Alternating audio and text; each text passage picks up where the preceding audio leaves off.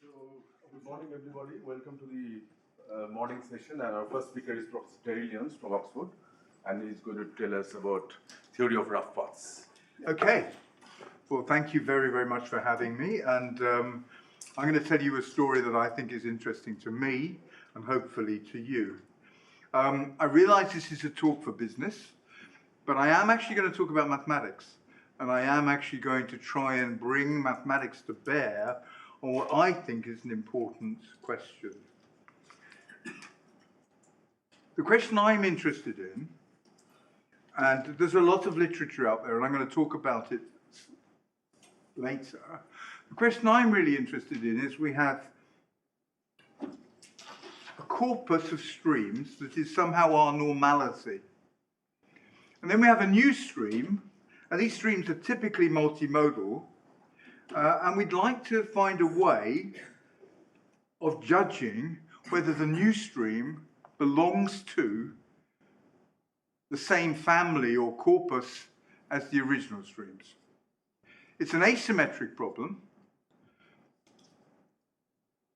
A thing only has to happen once for it to be in a stream, to be in our corpus. And it's quite possible for one, well, I won't say more about that now. I'll get a hand call. So stream data is anything that evolves, and we'll come back to it more precisely later on. And I think one of the things that I hope to convince you about during this talk, which distinguishes it from standard stats approaches, I was talking to Richard Smith, we went out for a meal a couple of weeks ago, and I was asking him how he would tackle this problem. He said, the first thing I would want to know is, well, what was the data about? And so on. Now, actually, what I'm trying to explain to you is a methodology that is actually far more robust and doesn't change with the data. And I'm going to try and explain why and how and so on as we go on. And I'm going to finish with an application. There won't be enough time to go into lots of applications because I actually want to explain to you the underlying ideas as best I can.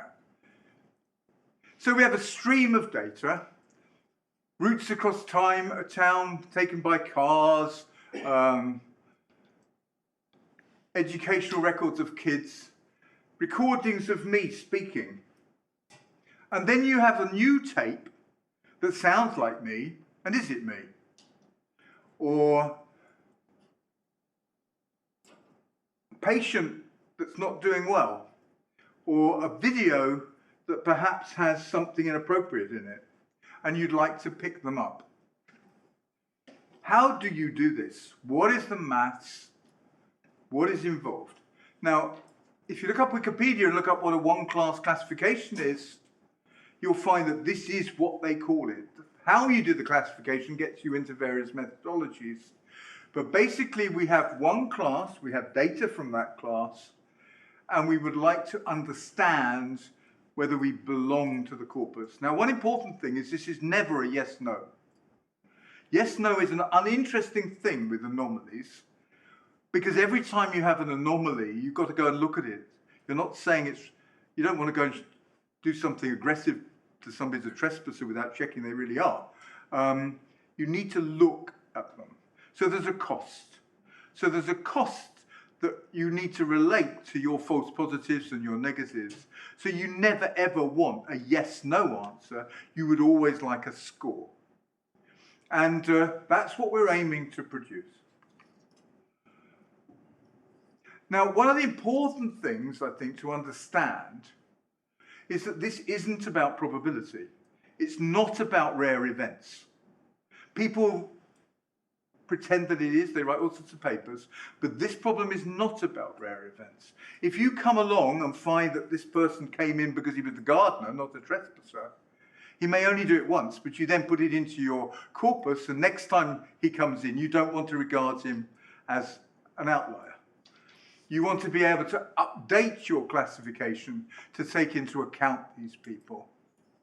It's also quite probable that you are using this in the inverse direction to the way people might think. You might well have your normality being the thing you want to exclude, not include. And for example, violence in a video, you might want to segment out those regions of the video without,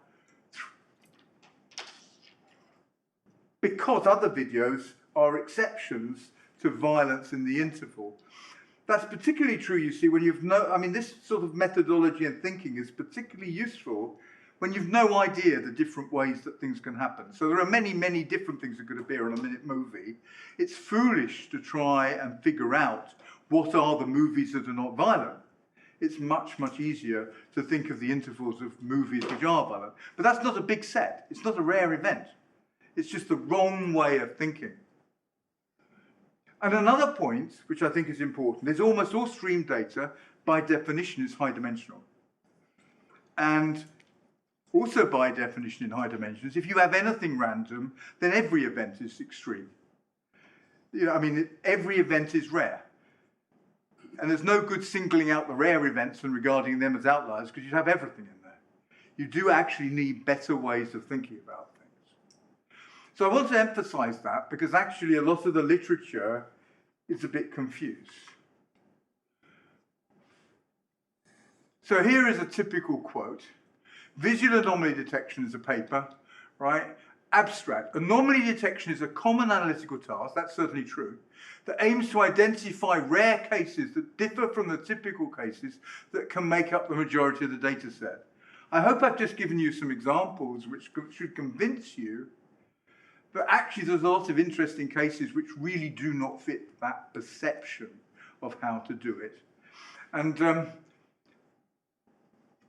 I'm pleading a little bit, actually, that we should exchange an intuition for what we want to do, which I would suggest covers many different things we want to do that mathematically are different, with a few more humble things where we actually define mathematical objects that do things. They don't necessarily do all the things you want to do, so you can easily poke fun at them. But things that are well-defined, rigorous and clear that we can use and study and compare and say what's wrong with them and even what's right with them. And that, in a sense, is the philosophy that I'm going to adopt here. I'm also going to look a little bit at what people do actually really use. And one class SVM, I guess most people in this room know what support vector machines are, but just in case you don't, support vector machines, typically you've got data and you're trying to separate it, and you find a vector representation of it, and then you try and find the biggest gap between hyperplanes, whatever that means, that separates it into two groups. That's what a support vector machine is. And you think about it, my God, what are planes doing? The reason planes work is because you haven't mentioned that you're using a kernel or an embedding, and you've chosen embeddings which actually allow polynomial functions to become linear. And therefore you can do nonlinear things with linear things. And actually the choice of that kernel is an important part of the story too. One class SVM is actually a very popular thing, but again, it's critically dependent on the kernel. Isolation forests are a different sort of idea. Isolation forests say, how many degrees of freedom do I need to introduce before things genuinely become independent? And you look at the sort of depth of doing that, and that's not a bad idea either. It's quite similar to the SVM in a way, except that you vary your sort of degree of looking at things to get the separation. It needs, though, a very large class, because these sorts of phenomena only start to happen on exponential scales. And they all rely on choosing an embedding of the data into the vector space. But if you look at the literature, if you go to the Wikipedia, you won't find a discussion of the embedding. You'll just find a discussion of how you find distances between hyperplanes. And it really is actually missing the point a lot. So here is what my ChatGPT said about one class SVM. I asked it whether it was important to pay attention to data normalization and kernel choice. And it says, data normalization is very important to look at, and it's very sensitive to the scale of the data, And you can easily get imbalance where some of the features completely dominate what's going on. And then you have various methods for doing it. Same with the kernel. It's really important to choose the right kernel. In other words, once you've decided to use one class SVM, you haven't started the problem. You've actually got a vast number of what I would actually call hyperparameters that you need to resolve and sort out before you can really do it. But actually it's not been mathematically described in the discussion. There's a discussion about spheres and so on, but actually no discussion really about properly mathematically normalizing the data or properly choosing the kernel.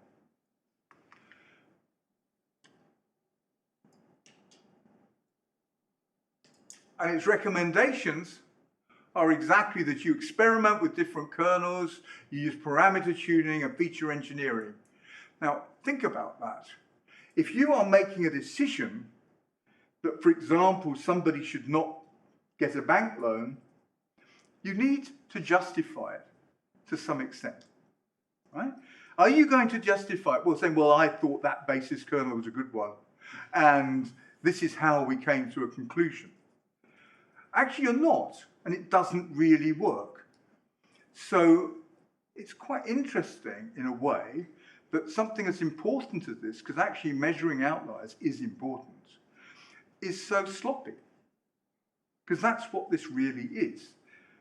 And another point I've not brought out, but that one about normalizing parameters, means that probably your estimates depend on the units in which you've measured your data. So if you measured it in meters, you're going to get one answer. And if you measured it in feet, you get another. Try explaining why I don't get my bank loan because you decided to measure it in meters or feet. And it's not very convincing. It's even worse if it's used in a military context and somebody gets killed. You know? So actually, what is going wrong that we allow all of this to happen without thinking about basic things that engineers would never consider, which is that you've got the wrong units and you've got things that matter to you and you're using units, imbalanced things in the units to make up your mind. And that's the meaning of dimensionless in my title. I don't mean something about infinite dimensions. I mean that you want to make decisions that do not depend upon the units with which you measure the data, which is a reasonable request, which I think it's fair to say all of the standard methods fail in one way or another, except one. And that fails for other reasons. And I find it surprising. So these methodologies are valuable and useful. I'm not complaining about them at that level, but I'm profoundly complaining that there are things wrong with them that people are not clearly identifying. And I'm going to try and tell you a story that says, actually, we can fill in all these pieces, at least for stream data. And rough path theory gives you the right sort of feature sets to use. And if you do use them, everything locks together in a very clean, nice way. Now, I am not suggesting that you can't fiddle around with some feature set and sometimes do better or whatever. I am just proposing something which doesn't have these infinitely many hyperparameters or infinite dimensional hyperparameters, and actually does a relatively good job. But it's a mathematically rigid object that you can then talk about and complain about, instead of saying, oh, well, you just chose the wrong model. And so that's the...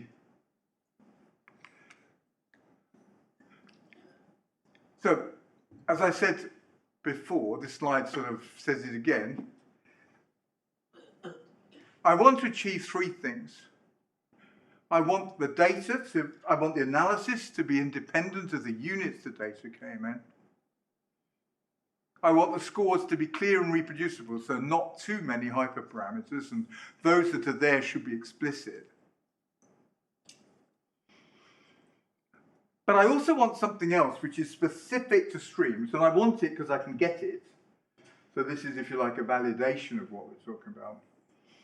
It seems completely reasonable, for example, when you do processing, later on today we're going to be processing about nanopores. It's quite common when you process stuff in a nanopore to put an initial segment in so you can recognize, to edit the DNA before you put it in, to put an initial barcode in so that you can figure out which ones are which. And you don't want your notion of anomaly to depend on that barcode. If everything in your data has the same barcode, and you've got another one with that barcode, you don't want the decision on whether it's an outlier or not to depend on the barcode, or being of a barcode, right? Any more than you wanted it to depend on maybe one at the other end. This is a similar but more complicated concept to changing the units, but it's actually one that's just only for streams, really.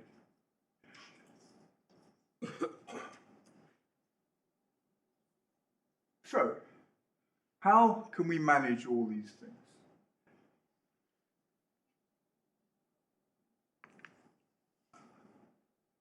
Well, it turns out that there really are some sensible objects you can look at. For streams, we've been looking mathematically in rough analysis, rough path theory for a long time now at a transformation of the stream into a series of coefficients called a signature. And this is an element of a tensor algebra. If you don't know what a tensor algebra is, just think of it as a series of coefficients. But whereas a Fourier series is indexed by 1, 2, 3, 4, n, the index for a signature is a word. So you have the letters form a basis for the space in which the path lives. And then you have empty word, that's 1. You have the words of length 1, those are the letters. Then you have words of length 2, words of length 3. The signature turns your path, using mathematics, into a series of coefficients, like a Fourier series really, but the coefficients are attached to words. And that's how you capture the multimodal nature of which things happen before which, and so on. Words, the order of letters in a word actually matters, and the signature captures the multimodal nature of these signals. So there is a reasonable feature set, and we'll see that it turns out to be a very reasonable feature set, that you can use to embed your stream into a vector space.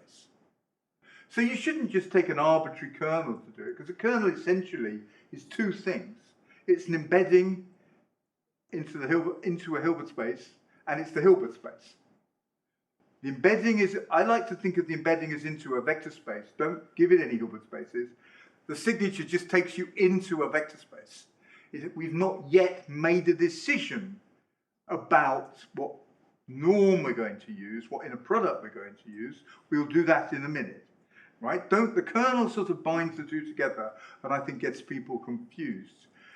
But the kernel is definitely normally playing the role of an embedding in these discussions, and the kernel trick is just a convenient way of computing the coefficients. The second thing, which is also surprising to me that it's not better, more fluently used, though that goes right back to Anomalous in the early days of the last century for statistics. And that is, if I have a cloud of points living in a finite dimensional vector space, or even an infinite one, but let's suppose I have a cloud of finitely many points living in a space, then there is a natural inner product on that space, a natural Hilbert space. I don't need to invent one. I certainly don't need to use the coordinates I was dropped in with, which are probably somewhat arbitrary and depend on my choice of units and all the rest of it. I just drop my points in the space and there is a natural inner product. Actually, we know that. We know that because we do PCA. And PCA is actually comparing that inner product with this meaningless one that you started with. So generally the way PCA is used, it's meaningless because we're just comparing things with the measurement error and the normal coordinates, which depend on coordinates. But the object on the other side of the PCA is not meaningless, and it's what I would call the variance norm. And we can talk a little bit how to construct that, understand that. It's not very complicated, but it's there. And the point is that that inner product does not depend on any choice of basis. It's intrinsically driven by the data. And it's a very useful fact. And Anomalous used it a long time ago. So we've got the variance norm, which is a canonical inner product that just depends on the data, does not depend on any choice of units. And we've got the signature, which is a mathematically canonical way of looking at streams. And what I'm going to try and explain to you is why these are actually good choices. So by choosing our embedding, choosing our inner product, we've already eliminated a vast number of these hyperparameters. We can just drop in and get going. So a lot of that ChatGPT is what you expect of ChatGPT is wrong. In a way, you can just get on with the real objects rather than inventing your own with no very good reason. So the challenge then is that I've got a collection of points K in some vector space. And I'd like to score it, a single point, for its conformance to that set K. K comes from our embedding, and we'll discuss that separately. But let's suppose that we've had our embedding, we've been clever or stupid, and we found our way of embedding our data into a vector space we're going to use to try and make our inference. How can we talk about things being conformant or unreasonable? What is a good measure? Well, actually, there are at least three in the literature. The first one, which goes back to Anomalous, is to use this distance I was just talking about, but then just compare the distance of x to the mean of your data. So you have your empirical center of gravity, and you look at the distance between your point and the center of gravity. And that's what, and they say that's a measure of the distance to the distribution. Well, I guess the distribution is described by the mean of its normal. But even then, it's a stupid thing to do. Why is it a stupid thing to do? Because actually, if you look at the distance of a typical Brownian path, so this is a typical Gaussian measure in high dimension, to the mean, which is 0, it's infinite in the variance norm. The variance norm is the Cameron-Martin norm. The variance norm is actually that the gradient of the path should be in L2. So that's interesting, actually. So the norm defines a very small space, whereas the paths live in a very big space. And so just using the distance to the origin is stupid, because every single point should be infinity from the origin. That's what you expect.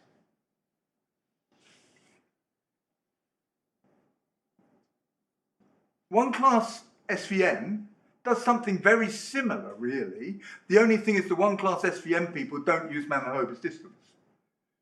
So Anomalous makes this looking at the distance to the mean, which does not capture the data very well. Think about how stupid it really is, right? If we were trying to say who was anomalous in this room, would we really say, well, there's an average person who is this height, this weight, wears this kind of hat? I don't even know what the average of hats are, but I mean, you know, and so you're far away from that, then you're an anomaly. No, you do something different, and I'll come back to that in the third hour method, if you like. But one class SVN is sort of similar.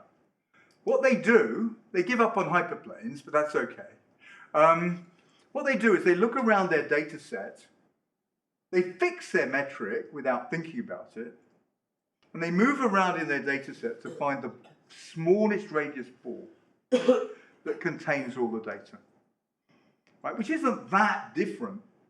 It's finding a center, and then they measure the distance to the center, and they subtract off, to get the scores, they subtract off the distance of the smallest radius ball.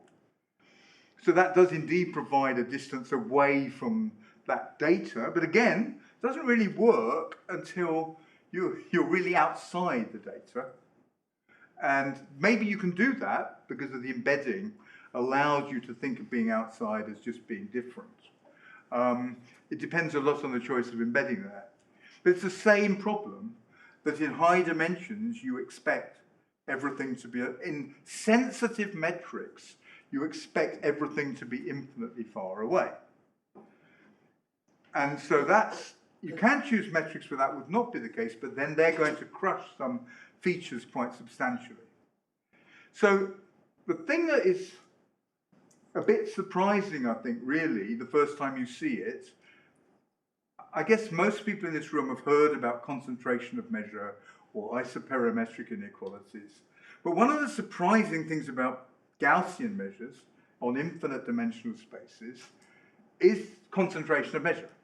But what does it actually say? It says if I take, say, a set of positive probability in the Brownian path, so these are all paths that are really wild, of course, and now I just modify them by smooth paths, by paths that are in the Cameron-Martin space, then very quickly I get the whole Gaussian measure.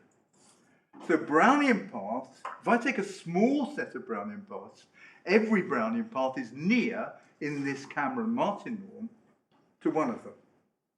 So it's not at all unreasonable to request that you should be near your neighbours. It is unreasonable to look that you should be near the mean. And this is a subtle difference, but in high dimensions becomes really apparent. You should not ask that things are near the mean, which is silly, because they aren't. You should ask that you have people like you. And then you'll realise that in this room, that's a much more rational thing to do. If one person is wearing a red hat and everybody else is not, then I think we would probably think they're an outlier. We're not an outlier because we differ from Mr. Average. We're an outlier because we're not near anybody. Now, they're slightly blurred in all of this, and I think there's a lot of mathematics still to be done, because actually we're not looking at typical measures. We're looking at measures after you've done this transformation by a clever embedding. And once you do a clever embedding, you, as I said at the beginning, you turn complicated curved lines into straight lines, and you don't really know how much that interacts with all of this discussion. And I'm not going to get involved with it because I don't know the answers. But nonetheless, it clearly makes sense to think about using nearest neighbour. You could use LP versions of it and so on, but it's intrinsic. You've not introduced anything new. You've got an intrinsic metric, and you simply look at the distance in the Cameron-Martin norm, or the variance norm, to the set of observations. It's not actually as expensive a thing to do as you might think either, and Paola there at the back has done it many millions of times. Partly because a lot of the time you don't need to know it exactly. You don't really care which of the people is nearest to you. You just want to know if anybody is near you. And also you can use sub-representative core sets and things to accelerate the whole process. And there's lots of things you can do to actually accelerate this computation. I think also it's an open question how, at the moment, how difficult this question really is. But it's certainly not as challenging as one might think, because you don't need really to know which is the nearest neighbour. Anyway, so if you do both of these things, so you use the invariant metric and the nearest neighbour, and you apply it to the signature, then we've actually replaced a lot of those random discussions with real concrete choices. And now what I want to do is really explain to you, I don't know how my time is running. Where's the clock? 20 minutes. That's the amount left, is it, before I get executed? Right. Okay. I want to go through, in mathematical language, the different pieces and help you understand where they come from. In some ways, the most elementary is this variance norm.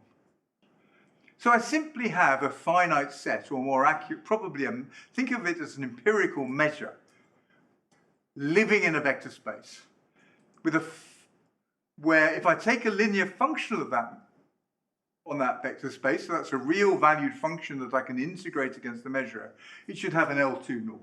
That's automatic, of course, if the data set is finite, or if the measure is compactly supported. But then I can consider its covariance. In other words, I can consider two elements of the dual space. Each of those elements of the dual space is a real valued function. I can multiply them together, and I can integrate it against my measure. And that's a quadratic form on the dual of my V. Hilbert space norm, right? It's degenerate potentially, because if the data lies in a subspace, I'm going to be able to find linear functionals that are zero on this set. So it's perfectly possible that on the dual space, the inner product will have directions which are zero.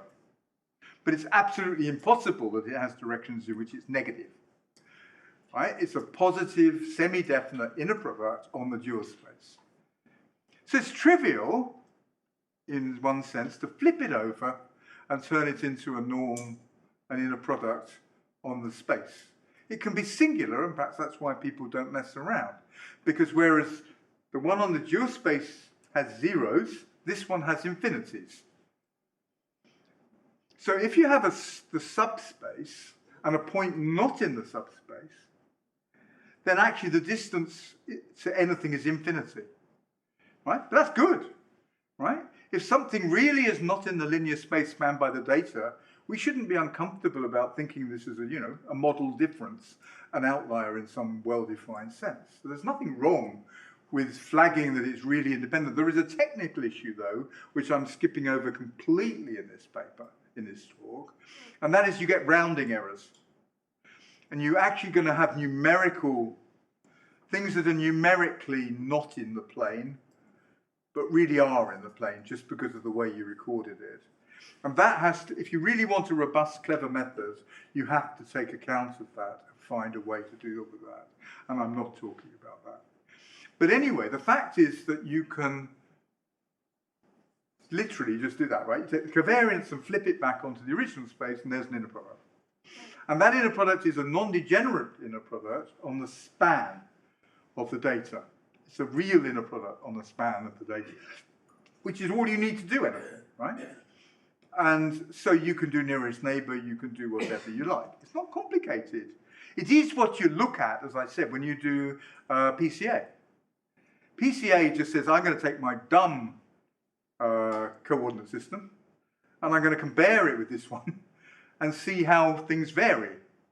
But to my mind, PCA done that way has almost no meaning, and I don't know why people do it. What does always have meaning is when you do PCA between two quadratic forms. So, for example, if you took this data and you dropped some of it in a random way, you get multiple quadratic forms. And I think it becomes really interesting to understand the PCA between the quadratic forms. That's a sort of meaningful quantity. But comparing it with your dumb choice of coordinates at the beginning seems to me a little bit dumb. And anyway, so what is another way of thinking about this norm? You can think of it as like an MMD distance as well, for those of you who are familiar with that. Because if I have a linear function on V, as I say, I can restrict it to K, and I can look at it as a random variable on K. Therefore, I can think of its variance. And I can normalize the variance to be 1, just by scaling this object. And now I can build a distance with it in the same way, right? I can just take the norm of X, or the norm of K, X here, is simply the sup over all the linear functionals of the inner product of this functional with V, sorry, the norm of V, when we constrain it to have norm 1. I mean, so it's just about looking at the random variables that have variance 1. This is perhaps reveals what's going on, because we're regarding the dual space as functions on K. And that's where you can see that somehow the idea of a characteristic embedding, universality of the kernel, is going to play a role. Because the more the kernel is like a universal kernel, the more the linear functionals are going to look like all linear functionals. And so this is going to be most attractive when the embedding is sort of graded and you can take it at different levels, and this gives you a natural way to identify classes of functions on the space, polynomials of a given degree, so to speak, that you can use for this measurement of distance. And that's exactly what the signature is. The signature is a graded family of spaces of linear functionals, or has a graded family. Okay, you can easily do the calculations, and SVD will do them very nicely for you. But as I said, there is a little bit of thinking to be done about rounding errors caused by the embedding that you choose. And then you do need the PCA that we've been talking about and I've been rubbishing, because the PCA actually gives you information about calculation errors, really.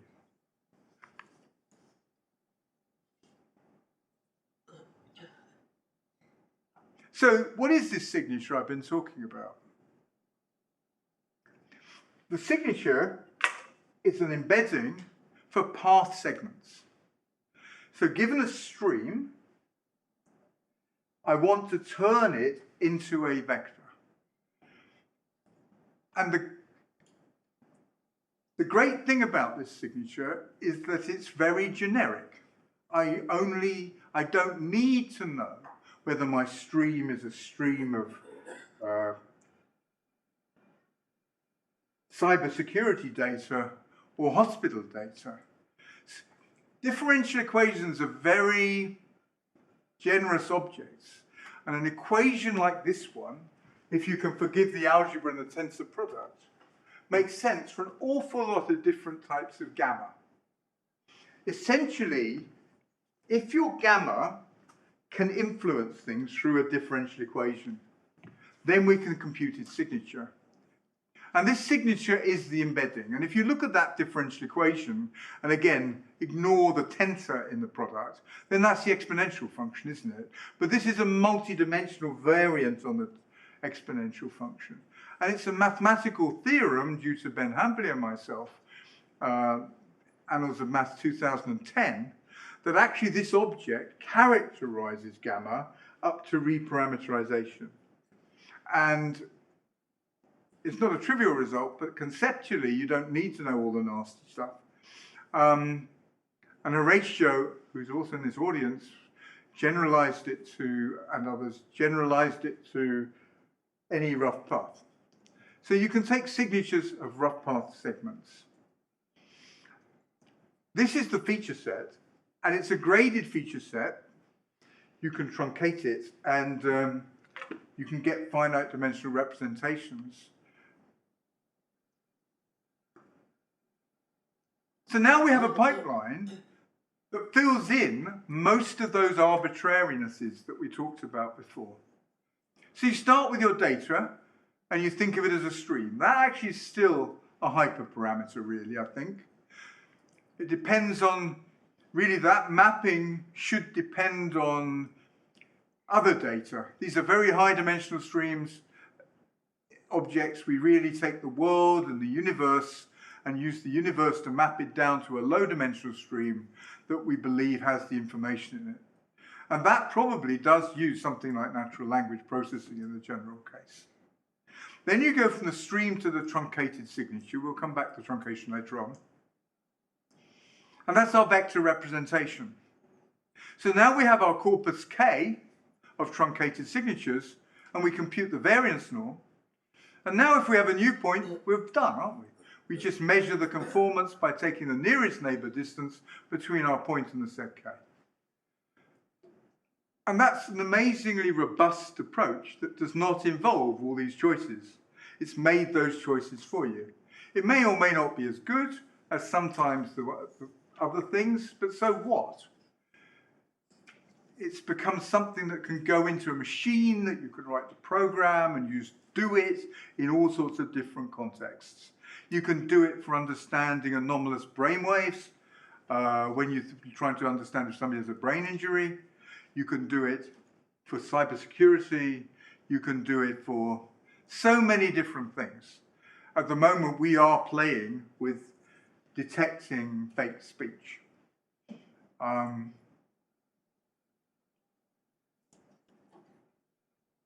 But the proof, as I say here, of the pudding is actually in trying it out in reality. You know, at this point, we've built a theoretical model, and now we really have to see whether our justification, our arrogance, if you like, is going to pay off or not.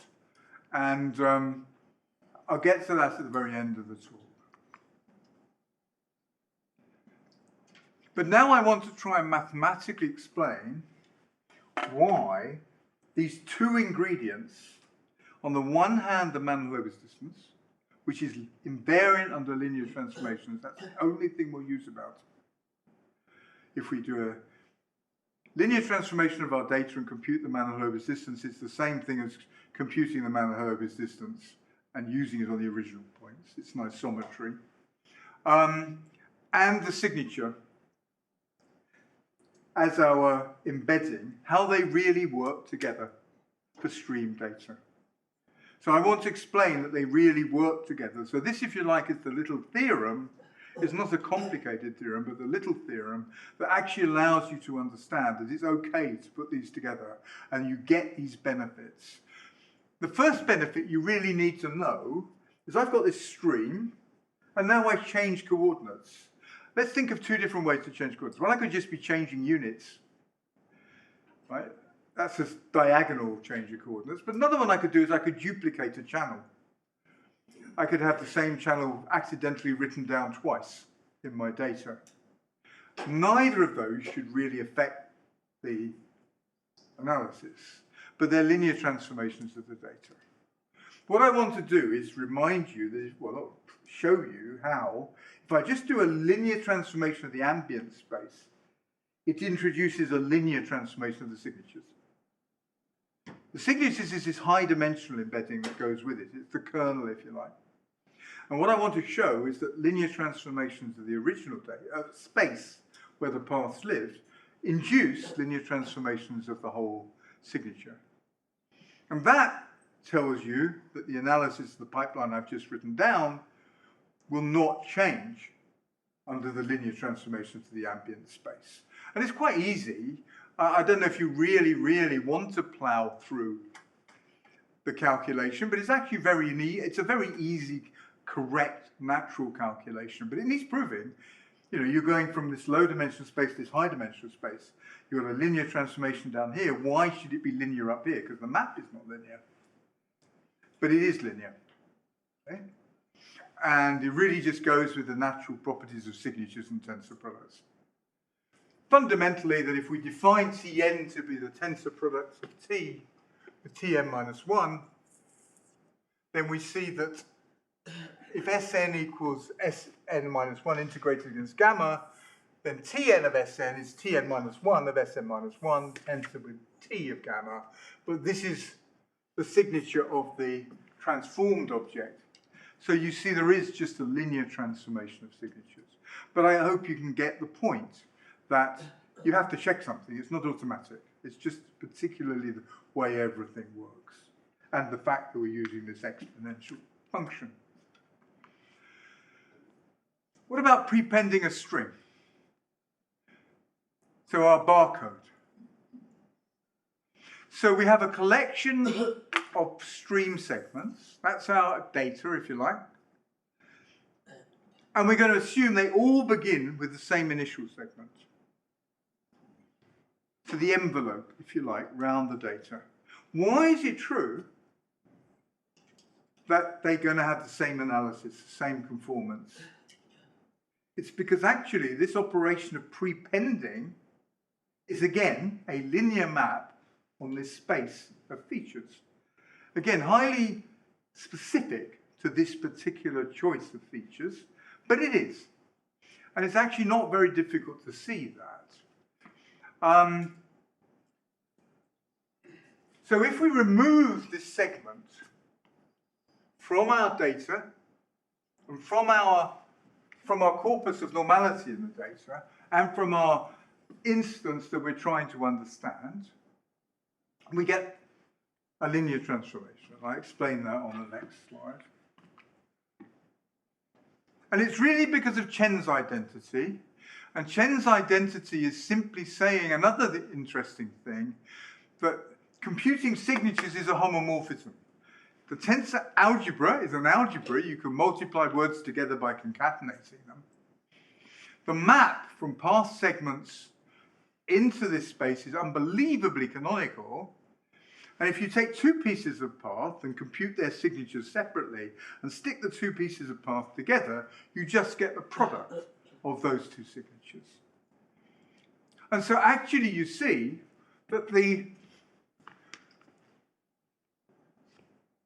current signatures are a linear map of the signatures associated with the data with the segment removed. So you see it is just an isometry, and you will come to the same conclusions. You may run into rounding errors numerically, actually, if you really try and do this in a deep way.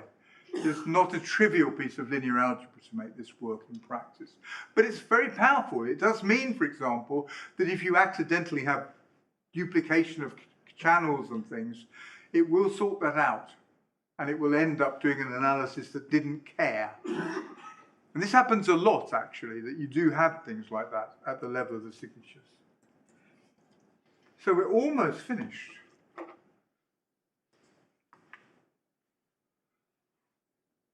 I just wanted to finish with one application. There are many applications now, some heavyweight, some less heavyweight. But I just thought I haven't got time, really, because I've got 39 seconds left. And I just thought I'd mention one, okay? This one is about astronomy, and it's a collaboration with people in Cambridge. And the goal is radio frequency interference. So as we move forward, our telescopes get more sensitive, and human beings make more noise. And the result is more and more difficulty for radio telescopes. Radio telescopes are quite expensive, $1.5 billion for SKA. And you would like very much, it's a major thing, to find the intervals where interference is corrupting your data. Most of the models, they do this already, and AO flagger is one of the main ones. It's the main one, I think. Have a model for what the interference looks like. That's actually not very clever in a way, because interference can come in many, many different ways. In fact, what we do is we look at normality. We get a lot of data that is actually more or less certified to be okay. And then we compare the incoming data with the normality. And in reality, we get a perfectly viable model, and Paula is over there, who was one of the main proponents of making it all work, that is actually quite a lot more successful at finding the faint noise than either SSINS or AO flagger without introducing lots of fake noise. I think it's genuinely a real improvement on the state of the art, and we would like to think that when a paper's been accepted, which it hasn't yet, it will actually find its way into real world astronomy. But there are lots of other examples. Thank you. That's it.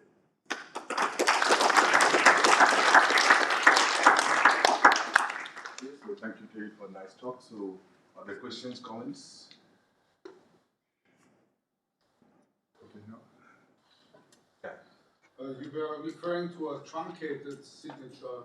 So how do you define the truncation? Is there any relation of the truncation to the size of the data set, perhaps, or something like that? I can't hear properly because of my hearing, but I think you're saying, how do we decide what level to truncate? Yes. That's a good question, a very good question, and there's no right answer. Then I think we regard that as a hyperparameter, right? So we're guilty too. But there are some obvious criteria, right? One criteria is that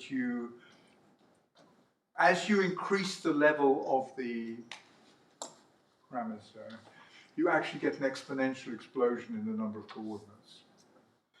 You clearly don't want, and it's not meaningful to use an existing data set in this sort of way when the dimension of the feature set is much higher than the data. In fact, it should be probably quite a lot smaller than the data, okay? So that can be a really serious determining feature. What I haven't talked about, though, is the reverse process. Nowadays, we have some papers which we understand how, if you have a natural language model and very high dimensional data, like, for example, streams of social media, then there are actually canonical ways of projecting that down onto a relatively low dimensional space. And so then you can put those questions together then. You've got a low dimensional space, you're not very high dimensional space, and then you have a size of data that you're looking at this point. You've used the natural language to get you down to a low thing, and now you've got your real data you care about, you have a certain size for it, and that dictates. But wonderfully, it's not like deep learning. You know, you can actually do this with really quite small data sets and get something which may be meaningful, right? I don't want to oversell what we can do. What I think I would like to sell is it's well defined, right? It is not necessarily optimal. Yeah? So how yesterday talk about the path characteristic function distance. So so how talked about path characteristic function distance. So it's sort of like so yeah, you're comparing the measure to a point by taking empirical data. So I was wondering whether, you know, instead of nearest neighbor, can you use some other type of distance like that? Well, there's nothing to stop you, right? I'm arguing for simplicity here. Okay, I'm not saying that it's the best. I do think it's a lot better than looking at the mean, but the mean is also an invariant object, right? At least we are, and so is the SVM. I mean, the thing I have about the SVM is I don't understand why they don't use the Anomalous distance, right? I mean, they're all meaningful ways of deciding whether a point is near. I don't think they're very meaningful, those two, because they forget the infinite dimensionality and the way you should not look at distance the whole set. But you could take LP norms, for example. I mean, the L infinity norm is a limit of LP norms. If you took an LP norm, it would be differentiable. So if you were trying to do this in a large scale, it probably is better to use an LP norm and actually, you know, do the optimization and try and learn and so on, right? I mean, people also try and learn their embeddings, and that's perhaps a sensible thing to do if you have a huge data set. I think more likely what you want to do is learn a linear projection of the signature. You almost certainly can do better if you have enough data to find out by getting rid of some of the signature in a particular problem. But somebody over there, you were going to... One more last question.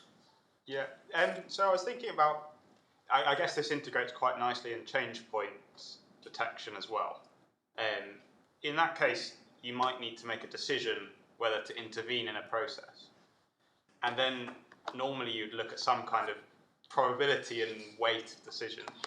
So would that integrate quite nicely in that setting where you need to work out whether, like a decision about whether you should intervene in a kind of process? Yeah, but I think we are sort of emotionally hostile to the change point problem. I think it's a different problem, right? We are looking at streams of data and deciding whether this stream of data belongs in the class or not.